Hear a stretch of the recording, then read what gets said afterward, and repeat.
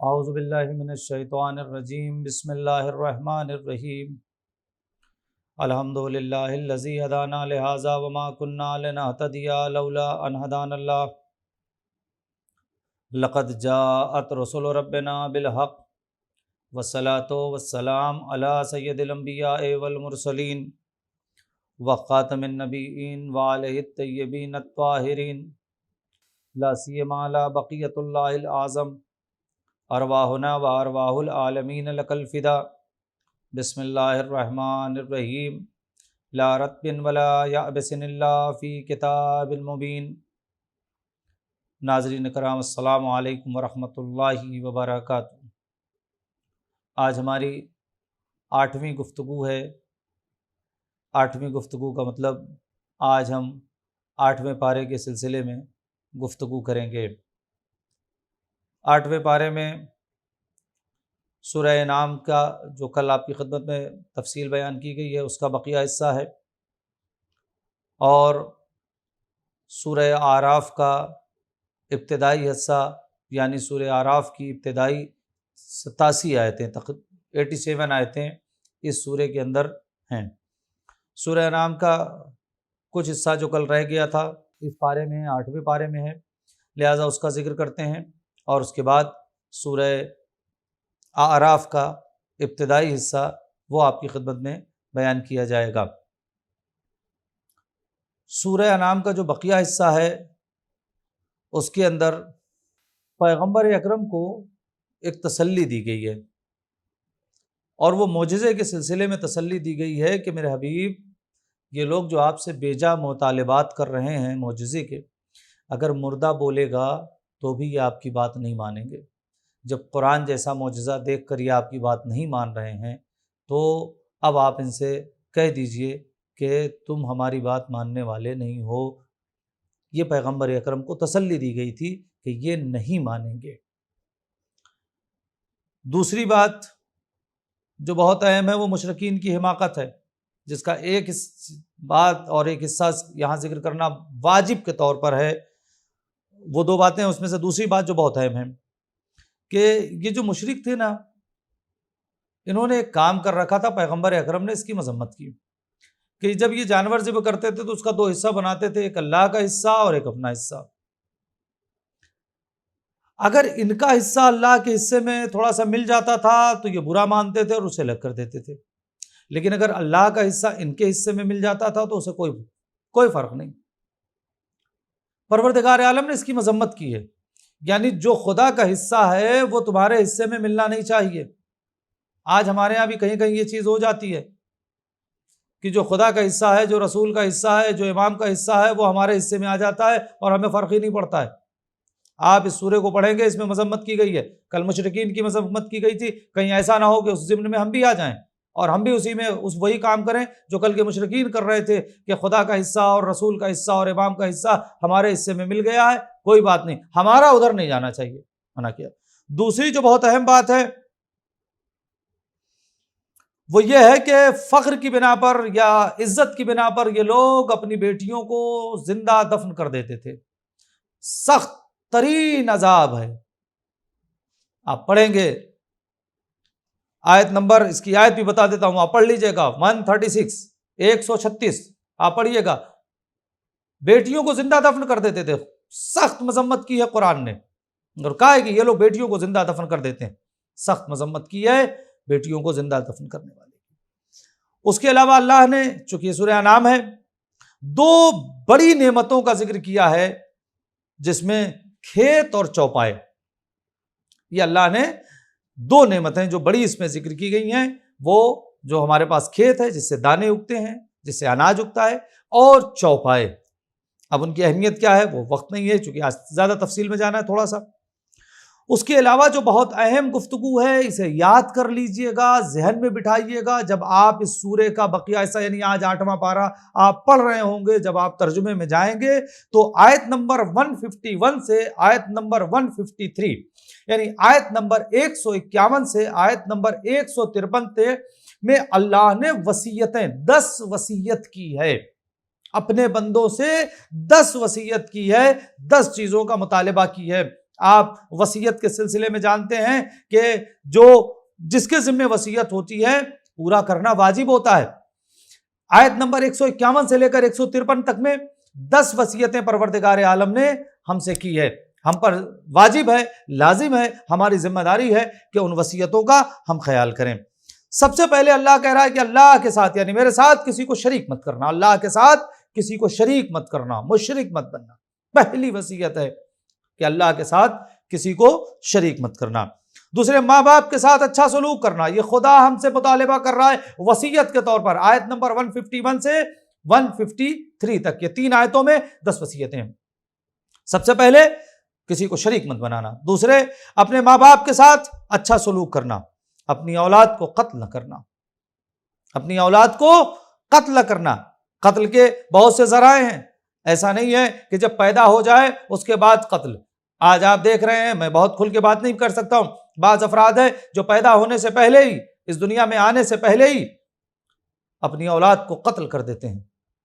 میدان محشر میں اگر اس بچے نے سوال کر لیا بِأَيِّ ذَنبٍ قُتِلَتْ، کس جرم میں ہمیں قتل کیا تھا، ہمارے پاس کوئی جواب ہوگا؟ صاف وصیت ہے کہ ماں باپ کے ساتھ اچھا سلوک کرنا اور اس کے بعد اولاد کو قتل نہ کرنا، اپنی اولاد کو قتل نہ کرنا، برائیوں سے پرہیز کرنا۔ چوتھی وصیت، برائیوں سے پرہیز کرنا۔ پانچویں، ناحق کسی کو قتل نہ کرنا، بے جرم و خطا قتل کا بازار گرم نہ کر دینا، جس کو پاؤ اس کو قتل کر دو۔ یہ اسلام نہیں ہے، یہ دین نہیں ہے، یہ شریعت نہیں ہے کہ اللہ کے نام پہ ہم ناحق کسی کو قتل کر دیں۔ صاف منع کر رہا ہے اس آیہ کریمہ میں کہ ناحق کسی کو قتل نہ کیا جائے۔ یتیموں کا مال مت کھانا، قرآن یہ وصیت ہے، یتیموں کا مال مت کھانا۔ ناپ تول میں کمی مت کرنا، اگر کاروبار ہے، دھندا ہے، بزنس ہے، ناپ تول میں کمی مت کرنا، یہ وصیت ہے پروردگار عالم کی طرف سے اپنے بندوں کو۔ ناپ تول میں نمی مت کرنا۔ بات کرنا تو انصاف کے ساتھ بات کرنا، یہ مت دیکھنا کہ یہ میرا اپنا ہے، یہ غیر ہے۔ حق جس کی جانب ہو آپ اس کے ساتھ کھڑے رہیں۔ ہمارے یہاں یہی ہوتا ہے کہ ہمارا اپنا ہے تو اگر حق پہ نہیں ہے تو بھی ہم اس کے ساتھ کھڑے رہتے ہیں۔ قرآن منع کر رہا، قرآن کہہ رہا نہیں، تمہاری گفتگو میں انصاف ہونا چاہیے، جب تم بات کرو تو انصاف کے ساتھ بات کرو، حق جس کی طرف ہو تمہیں اس کے ساتھ کھڑے رہنا ہے، انصاف تمہاری گفتگو میں ہونا چاہیے۔ یہ 8ویں وصیت۔ 9ویں وصیت، اللہ کے عہد کو پورا کرو، جو تم نے اللہ سے وعدہ کیا ہے اس وعدے کو پورا کرو، خدا سے وعدہ کیا ہے تو پورا کرو، بے وفائی نہیں ہونی چاہیے۔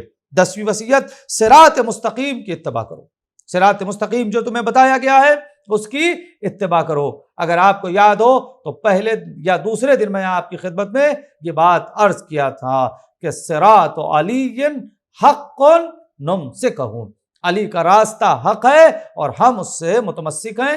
یہ حروف مقطعات کی بحث میں آپ حضرات کی خدمت میں بیان کیا جا چکا ہے۔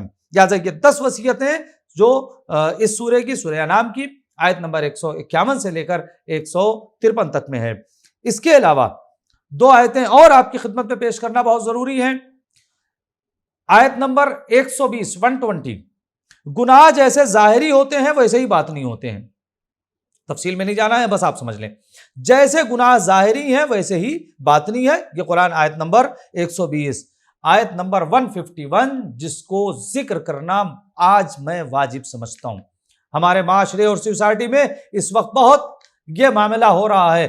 آیت نمبر 151 کی تلاوت آج ضرور کیجئے گا، پورا سورہ ترجمے سے پڑھیے گا، اسے ذرا 2-4 بار زیادہ پڑھ لیجئے گا۔ آیت نمبر 51 کو تفرقہ کرنے والوں اور تفرقے میں پڑھنے والوں کا رسول سے کوئی واسطہ نہیں ہے، یعنی جو تفرقہ ڈال رہا ہے لوگوں کے درمیان میں، قوم کے درمیان میں، فیملیز کے درمیان میں، ایک گروہ کے درمیان میں، کسی گھر کے اندر جھگڑا لگا دے رہا ہے، تفرقہ ڈال رہا ہے، لوگوں کو الگ کر رہا ہے، اور جو لوگ اس سے وابستہ ہو جا رہے ہیں، اس سے راضی ہو جا رہے ہیں۔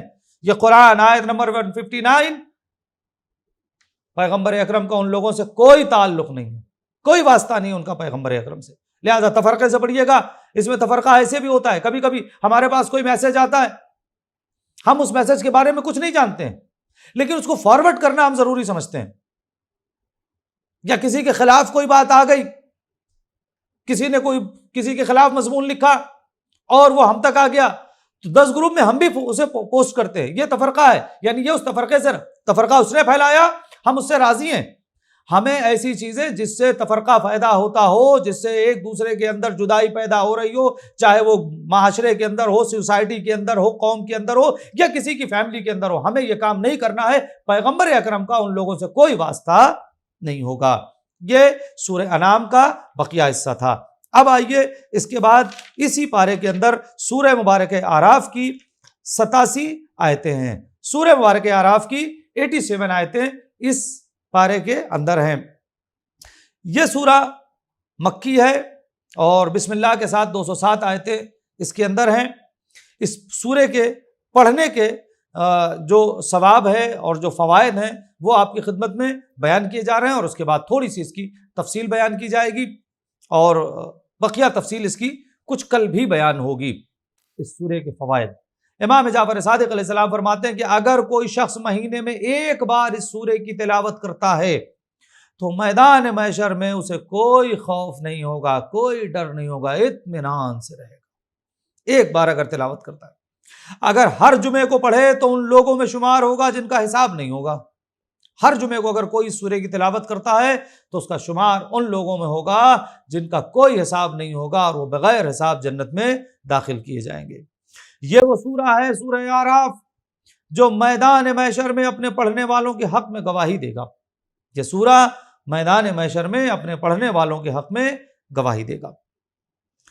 پیغمبر اکرم حضرت محمد مصطفیٰ صلی اللہ علیہ وآلہ وسلم فرماتے ہیں جو شخص مسلسل اس سورے کو پڑھے گا میدان حشر میں اس کے اور ابلیس کے درمیان میں پردہ حائل ہو جائے گا، اور وہ شخص جناب آدم علیہ السلام کے ساتھ ہوگا۔ اس سورہ اعراف کو پڑھ، یعنی اس کے اور ابلیس کے درمیان میں پردہ حائل ہو جائے گا، اور وہ جناب آدم کے ساتھ کھڑا ہوگا۔ میدان قیامت میں، میدان حشر میں وہ شخص جناب آدم علیہ السلام کے ساتھ کھڑا ہوگا۔ اس کے بعد ایک روایت میں ہے کہ جو شخص زعفران اور گلاب کے پانی سے لکھ کر اپنے پاس رکھے گا تو کوئی دشمن یا کوئی درندہ اس کے قریب نہیں آ سکتا۔ یعنی کوئی شخص اگر اسے زعفران یا گلاب کے پانی سے لکھتا ہے اور لکھ کر تعویذ بنا کر اپنے پاس رکھتا ہے، پہنتا ہے، تو کوئی دشمن اس کے قریب نہیں آئے گا اس سورے کے روپ سے۔ جو اس نے یہ سورہ کا ہے، اس سورے کے روپ سے نہ کوئی درندہ اس کے قریب آئے گا، درندہ اور دشمن نہیں آئے گا اس سورے کے روپ سے، اس سے دور رہے گا۔ لہٰذا یہ اس کے فوائد ہیں۔ اب اس سورے کے اندر جو ایک دو باتیں آپ کی خدمت میں عرض کرنا ہے، وقت کم ہے، بقیہ باتیں انشاءاللہ کل آپ کی خدمت میں بیان کی جائیں گی۔ پروردگار عالم نے اس میں کچھ نعمتوں کا ذکر کیا ہے کہ ہم نے جو نعمتیں تمہیں دی ہیں، خدا نے ان نعمتوں کا ذکر کیا ہے۔ دیکھیں بے پناہ نعمت ہے، ایک دو نعمت نہیں ہے، بڑی نعمتوں کا 2-3 نعمتیں یہاں میں آپ کی خدمت میں عرض کرتا ہوں، ورنہ پوری کائنات میں خدا نے نعمتیں اتنی رکھی ہے کہ اگر ہم حساب کرتے کرتے رہیں ہماری زندگی کم ہوگی، خدا کی نعمتیں زیادہ ہوں گی۔ اللہ نے اس سورے میں جو چیزوں کا ذکر کیا ہے اس میں قرآن کریم کو اپنی نعمت بیان کیا ہے۔ قرآن مجید خدا نے اپنی نعمت کے طور پر بیان کیا ہے کہ یہ میری نعمتوں میں سے ایک ہے، لہٰذا اس نعمت سے جتنا ہم استفادہ کر سکتے ہیں اتنا استفادہ کریں، جتنا فائدہ اٹھا سکتے ہیں فائدہ اٹھا لیں۔ قرآن خدا کی طرف سے نعمت ہے، نعمت۔ اس کے بعد ہمارے لیے جو دوسری بڑی نعمت اس میں ذکر کی ہے وہ ہے زمین پر ہمارا قیام۔ آپ بتائیں، آپ سائنس جو لوگ جانتے ہیں، دنیا گول ہے، آپ جانتے ہیں دنیا گول ہے، ایک آدمی یہاں ایک آدمی یہاں ہے، لیکن کوئی گرتا نہیں ہے۔ ہر آدمی ایک کشش ہے جس کی بنا پر وہ زمین پر بالکل باقاعدہ ہے۔ ایسا نہیں ہے کہ اوپر والا نیچے لڑک کے آ رہا ہے اور نیچے والا ادھر جا رہا ہے۔ دنیا گول ہے نا، بالکل بال کی طرح سے۔ آپ نے دیکھا ہے دنیا کا نقشہ، دنیا گول ہے، تو کیا اوپر والا نیچے آ جاتا ہے، نیچے والا اوپر؟ نہیں، یہ خدا کی نعمت ہے۔ خدا کہہ رہا ہے یہ ہماری نعمت ہے جو تم اس زمین پر چل پھر رہے ہو، یہ جو تمہارا قیام ہے زمین پر، یہ ہماری طرف سے ایک نعمت ہے۔ اس کے بعد انسانوں کی تخلیق، کہ اس نے کس طریقے سے انسان بنائے، ورنہ حقیقت کیا ہے، ایک نجس قطرہ، لیکن اس نجس قطرے کے ذریعے سے مدارج کے ساتھ اس نے بنایا ہے کہ کس طریقے سے کوئی ایسا نہیں بنا سکتا ہے۔ یہ جو تخلیق ہے یہ خدا کی طرف سے ایک نعمت ہے۔ اور اس کے بعد جو ایک نعمت کا ذکر کیا ہے کہ ہم نے انسانوں کو مسجود ملائکہ بنایا ہے۔ انسان کو مسجود ملائکہ بنا دیا ہے، یہ اس میں پروردگار عالم نے ذکر کیا ہے۔ ایک جو اہم بات ہے وہ اس کو ذکر کر دیتے ہیں، اور انشاءاللہ بقیہ باتیں کل آپ کی خدمت میں بیان کی جائے گی، کہ یہ اکلوتا سورہ ہے کہ جس میں پروردگار عالم نے 4 مرتبہ انسانوں کو یا بنی آدم کہہ کے پکارا ہے، 4 مرتبہ۔ یہ اکلوتا سورہ ہے سورہ اعراف کہ جس میں پروردگار عالم نے انسانوں کو 4 مرتبہ یا بنی آدم، یا بنی آدم، یا بنی آدم، یا بنی آدم کہہ کے بلایا ہے الگ الگ آیتوں میں۔ لہٰذا اب وقت نہیں ہمارے پاس کہ تفصیل میں جائیں، اس سورہ کی تلاوت کریں، زیادہ سے زیادہ تلاوت کریں، خصوصاً جو میں نے آپ کی خدمت میں اس پروگرام کا جو مقصد ہے وہ یہ ہے کہ آپ ترجمے کے ساتھ پڑھیں، اس پر غور کریں کہ دیکھیں کہ خدا ہم سے چاہتا کیا ہے۔ اس سورہ کی اور بھی کچھ گفتگو ہے جو انشاءاللہ کل بیان کی جائے گی۔ کل تک کے لیے اجازت دیجیے۔ والسلام علیکم ورحمۃ اللہ وبرکاتہ۔